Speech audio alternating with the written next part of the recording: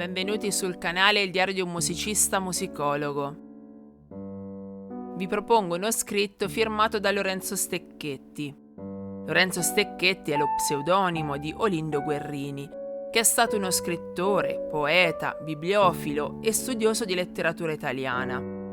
La figura di Olindo Guerrini, Lorenzo Stecchetti, è fortemente legata all'ambiente musicale. Basti ricordare che alcune delle sue poesie sono i testi di celebre romanze da camera, come per esempio Sogno di Francesco Paolo Tosti. Leggo l'articolo. Maria Malibran. Il maestro Pacini narra nelle sue memorie che quando sentì la Malibran la prima volta al Teatro San Carlo di Napoli nella Gazza Ladra, lo dovettero portar via dal palchetto perché dava dei segni clamorosi di alienazione mentale e disturbava il pubblico con la sua ammirazione frenetica. La stessa Gazzetta di Bologna, foglio ufficiale di Monsignor Legato, tra una enciclica e l'altra inseriva una frase lirica per la divina cantatrice. Il fetis, che morde spesso e volentieri, non può dir male di lei. Insomma, intorno alla sublime attrice non si ode che un concerto di elogi, i quali finiscono alle messe ed immortali strofe di Alfredo de Musset. Ed ora, che cosa resta di questa donna dorata che fece impazzire i nostri nonni, che a Lucca si vedeva staccare i cavalli dalla carrozza, che a Venezia doveva rifugiarsi in San Marco per non essere soffocata dalla folla del popolo plaudente? Che cosa resta di quelle corone, di quegli entusiasmi, di quelle frenesie? La Malibran è diventato un ricordo e a poco il suo nome passerà tra quelli delle attrici illustri note solo agli eruditi. Così il tempo passa e cancella le impronte di coloro che non poterono affidarle a monumenti durevoli. Gli oratori, gli attori, i cantori godono di trionfi momentanei, improvvisi. Spenta la generazione di coloro che li udirono, nulla resta di loro. Nessun fonografo renderà la potenza oratoria del Castelar, come non ci potrebbe rendere il fascino della Rachel o della Malibran. L'onda del tempo passa sulle memorie umane e lentamente cancella tutto. Vi ricordate voi il timbro di voce dei vostri morti? Si può dire che il mondo a periodi è assetato di originalità. Si può dire che le evoluzioni storiche hanno il loro riscontro nelle evoluzioni dell'arte e che i periodi fatali del Ferrari, preparazione, rivoluzione, reazione e sosta, si riproducono, se non con precisione regolare di misura, certo con precisione di successione in tutti i campi dell'attività umana. Al tempo in cui la Malibran apparve, l'arte si trovava appunto in uno di quei periodi di febbre, nei quali ogni novità, purché porti un certo suggello artistico, è bene accetta, cercata. Il classicismo bastardo dell'impero aveva finito il periodo di sosta ed il periodo di preparazione, oramai maturo, annunciava la rivoluzione dei romantici. In teatro, per non dire altro, regnava sovrana Giuditta Pasta, attrice grande ma che posponeva l'ispirazione alla correttezza.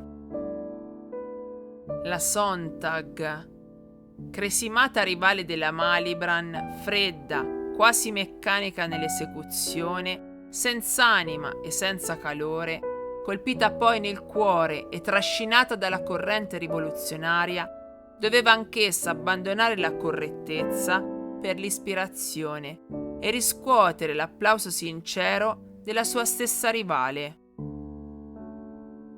Il segreto dei trionfi della Malibran sta appunto in questa rispondenza delle aspirazioni del pubblico e della interpretazione dell'artista. La conversione della Sontag prova i gusti del pubblico, e l'apoteosi della Malibran prova la sua invidiabile adattazione a questi gusti di novità artistica. Ella fu grande perché il suo organismo di cantante e di attrice rispose perfettamente ai nuovi bisogni dell'arte rispetto alle variate condizioni del gusto negli spettatori. Se avesse imitato la Pasta sarebbe stata una cantatrice di secondo ordine, ma perché non imitò, aiutata dallo studio della natura, giunse a quella fama che dura ancora nella tradizione.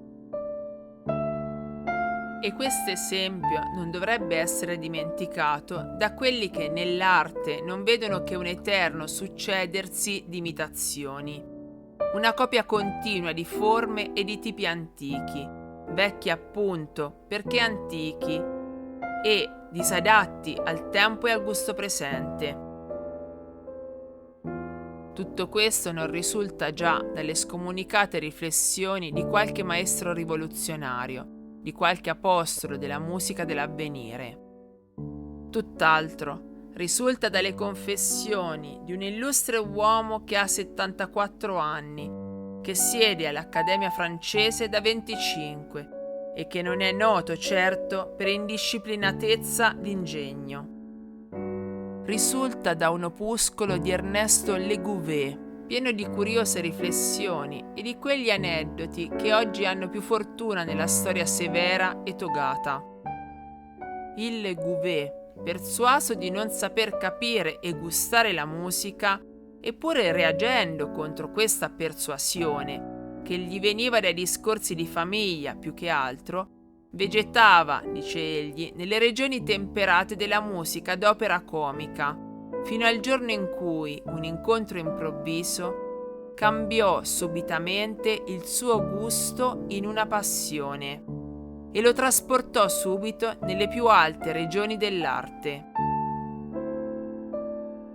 Da queste parole sue si capisce subito che la rivoluzione accadde in un animo preparato a ricevere un'impressione nuova. Si capisce che la pretesa iniziazione spetta per metà all'artista che seppe rispondere all'aspettazione dell'ascoltatore, ma che l'altra metà spetta all'ascoltatore stesso, il quale, stanco di un'arte invecchiata che non poteva più rispondere alla preparazione dei suoi sensi e dei suoi sentimenti, trovò e seppe capire la bellezza del nuovo, la giustezza dell'originalità e la equivalenza della evoluzione dell'arte con l'evoluzione del gusto. Questa intellezione quasi fulminea di un nuovo ciclo artistico, avvenuta in una mente inconsciamente preparata, scaturisce con evidenza dal racconto che ci fa il grave accademico. Allora si parlava molto a Parigi dell'arrivo di una giovane cantatrice, figlia del celebre tenore Garcia, moglie di un negoziante americano, il signor Malibran, e che si annunciava come rivale della Pasta. La mia buona fortuna mi condusse al conservatorio di musica ad un concerto di carità, il giorno in cui ella cantava a Parigi per la prima volta. La folla era grandissima e l'aspettazione viva. Sul palco, tra le dame patronesse, la nuova arrivata era l'oggetto della curiosità generale. Non c'era nulla di straordinario nella sua persona e nella sua fisionomia. Sotto il piccolo cappuccio color di malva, in cui nascondeva a mezzo il viso, rassomigliava ad una giovane miss. Venuta la sua volta di cantare, si alzò, si tolse il cappello e andò verso il pianoforte, poiché doveva accompagnarsi da sé. Seduta appena, cominciò la trasformazione. Prima di tutto la sua acconciatura sorprese per la semplicità. Nessun riccio, nessuna sapiente architettura di capelli. La pettinatura liscia disegnava la forma della testa. Aveva la bocca un po' grande, il naso un po' corto, ma un ovale di faccia così bello, un disegno di collo così puro, che la bellezza dei lineamenti era compensata dalla purezza delle linee, e finalmente certi occhi come non se n'erano visti da Talma in qua, degli occhi che avevano un'atmosfera. Virgilio ha detto: occhi che nuotano nel sonno. Ebbene, Maria Malibran aveva come Talma certi occhi che nuotavano non so in qual fluido elettrico, dal quale lo sguardo prorompeva luminoso e insieme velato, come raggio di sole che traversa una nube. I suoi sguardi parevano pieni di malinconia, di pensiero e di passione. Cantò la romanza del Salice nell'Otello. Alla 20ª battuta il pubblico era vinto. Alla fine della prima strofa era inebriato. Alla fine del pezzo era ammattito.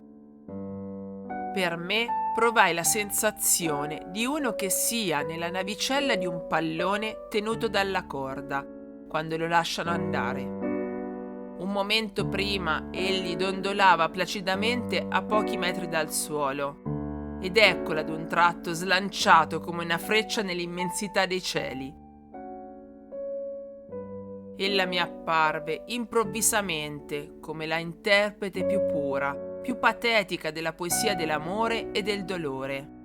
Mi si aprì davanti un nuovo mondo, il mondo della grande musica drammatica. Le rappresentazioni della Semiramide, della Gazzaladra, del Tancredi compirono la mia iniziazione. Il genio di Rossini e il talento della Malibran m'avevano iniziato. Questo capita a molti.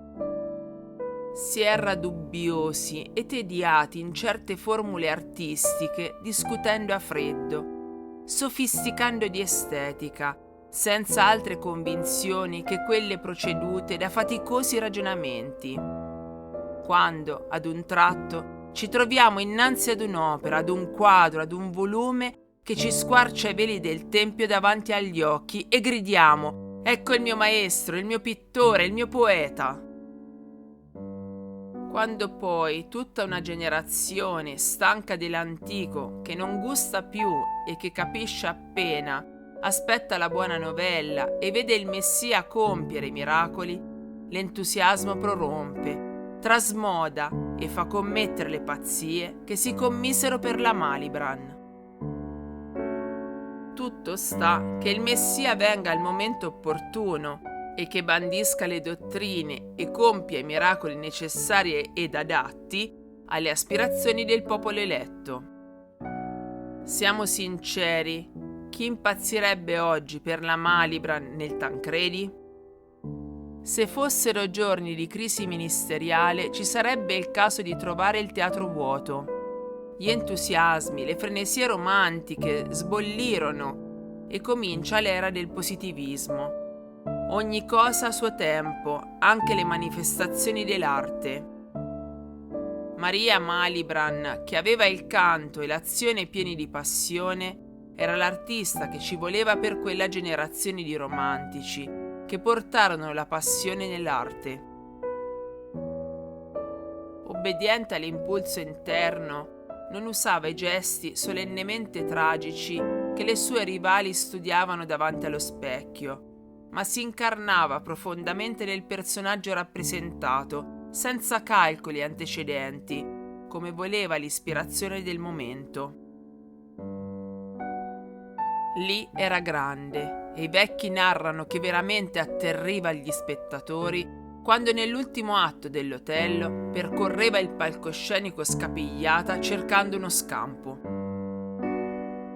Questi suoi impeti, queste sue improvvisazioni giuste ma originali, avevano l'illusione della verità e colpivano profondamente un pubblico avido di originalità e di passione.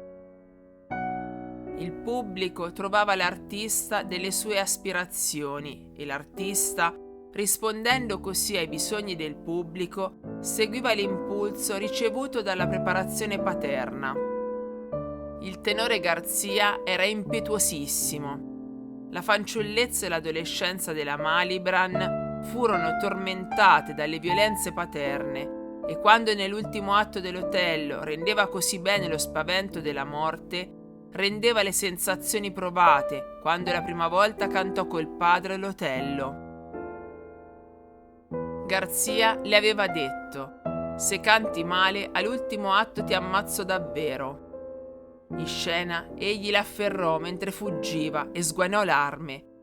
Ed ella, piena del suo doppio personaggio di artista e di figlia, quando si vide sopra gli occhi terribili del padre, credette proprio di dover morire. Si dibatté e morsicò fino al sangue la mano che la teneva stretta. Garzia gridò di dolore e il teatro, credendo di udire l'urlo furibondo di Otello, scoppiò in applausi. Così ella era quel che le faceva il teatro, tanto fortemente presa dalla situazione drammatica che ne era come invasata. Non poteva indicar prima quel che farebbe in scena perché nemmeno lei lo sapeva e diceva ai parecchi tenori che cantarono Otello con lei: «Afferratemi dove potete all'ultima scena, perché in quel momento non posso rispondere dei miei movimenti». A questa subitanea ispirazione d'artista dovette anche la sua riconciliazione col padre. Il Legouvé narra questo episodio al quale fu presente. La violenza del padre aveva fatto sorgere troppe tempeste nelle relazioni loro. Erano rotti mortalmente tra loro e divisi da lungo tempo, quando Garzia, vecchio oramai e cupo, arrivò a Parigi. Si mise assieme una rappresentazione al Teatro Italiano e si lesse sul cartello: il signor Garzia sosterrà la parte di Otello e la Malibran quella di Desdemona. C'era anch'io quella sera e non ho mai visto più fremente aspettazione di pubblico. Venne Garzia, venne la Malibran, poi la Blanche che faceva da padre. Fosse la presenza della figlia o altro, il vecchio leone ritrovò i sublimi ruggiti della sua voce possente. Ella stessa, elettrizzata, commossa da questo ravvicinamento pieno di patetiche amarezze, nel primo atto, nel delizioso duetto con la nutrice, nel finale, trovò accenti di malinconia disperata, come un'eco anticipata della romanza del Salice, e la tela cadde tra un uragano di applausi. Dissi cadde, ma aspettate. Nel finale Otello era alla dritta dello spettatore, vicino alla quinta, e Desdemona alla sinistra, vicino anch'essa ad una quinta. Ora, mentre cadeva la tela, anzi, quando la tela fu a poca distanza da terra, vidi i piedi di Desdemona rivolgersi improvvisamente e correre verso i piedi di Otello. Scoppiò una formidabile chiamata, la tela si alzò, ricomparvero assieme, solo che erano neri tutti e due. Gettandosi nelle braccia del padre, ella s'era tinta il viso nel nero di Otello. La cosa era comica, ebbene, non rise nessuno. Capirono tutti in teatro quel che c'era di commovente in quello spettacolo. Non videro il grottesco ed applaudirono freneticamente questo padre e questa figlia riconciliati dall'arte, dal talento e dal trionfo loro. S'erano abbracciati irrossini. Ma basta. Che cosa resta di quest'artista che fu tutta del suo tempo, che fu l'idolo adorato di una generazione intera? Restano immortali le sole strofe del Musset.